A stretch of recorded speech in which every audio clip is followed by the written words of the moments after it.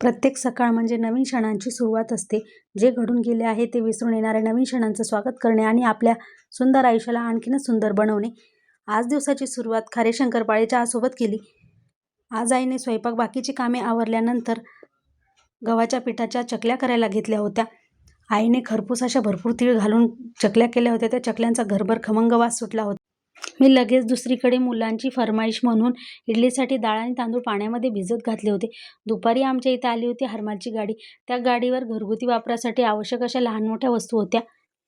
निकिता म्हणाली, ताई घेणं का न घेणं पण आपण पाहून तर घेऊया.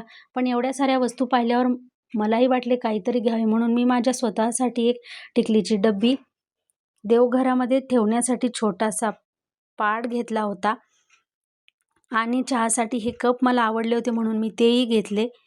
त्यानंतर रात्रीच्या जेवणामध्ये पनीरची भाजी, जिरा राईस, पोळी असा काहीसा स्वयंपाक केला होता. जेवण झाल्यानंतर जे सकाळी इडलीसाठी डाळ तांदूळ भिजत घातले होते ते मिक्सरला बारीक वाटून घेतले. असा काहीसा होता माझा आजचा दिवस. Bye bye.